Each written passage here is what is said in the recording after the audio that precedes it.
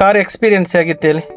Sir ನನ್ನ car experience ಫಸ್ಟ್ನೇ day ಅಲ್ಲಿ ನಂಗೆ ಏನೂ ಬರ್ತಿದ್ದಿಲ್ಲ. ಓಕೆ ಫಸ್ಟ್ನೇ ಡೇ ಅಲ್ಲಿ ಫಸ್ಟ್ ಸ್ಟೇರಿಂಗ್ ಯಾವ ತರ ತಿರ್ಸ್ಕೋಬೇಕು ಯಾವ ತರ ಎಲ್ಲ ಅಂತ ಕಲಿಸಿದ್ರಿ.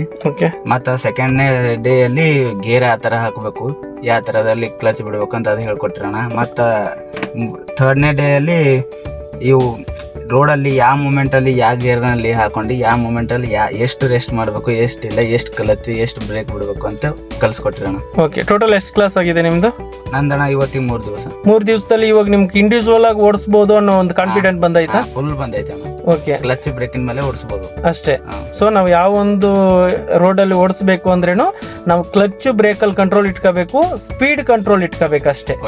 ಸೊ ನೀನ್ ಇವಾಗ ಇಂಡಿವಿಜುವಲ್ ಆಗಿ ಕಾರ್ ಕೊಟ್ರೇನು ನೀನ್ ಬಂದು ಓಡಿಸ್ಕೊಬಿಡ್ತೀವಿ. ಆರಾಮಾಗಿ ಓಡಿಸ್ತೀನಿ. ಸೊ ಅದ್ರ ಮೇನ್ ಕೀ ಪಾಯಿಂಟ್ ಏನು? ಏನಿಲ್ಲ ಸ್ಪೀಡ್ ಮೇಂಟೈನ್ ಮಾಡಬೇಕು, ಅದೇ ಕೀ ಪಾಯಿಂಟ್. ಸೊ ನಾವು ಇಂಡಿವಿಜುವಲ್ ಆಗಿ ಓಡಿಸ್ತಿರೇನು ಎಂತೋ ಕಾರ್ನು ನಾವು ಓಡಿಸ್ಬೋದು, ಸ್ಪೀಡ್ ಮೇಂಟೈನ್ ಮಾಡ್ಕೋಬೇಕು. Very good.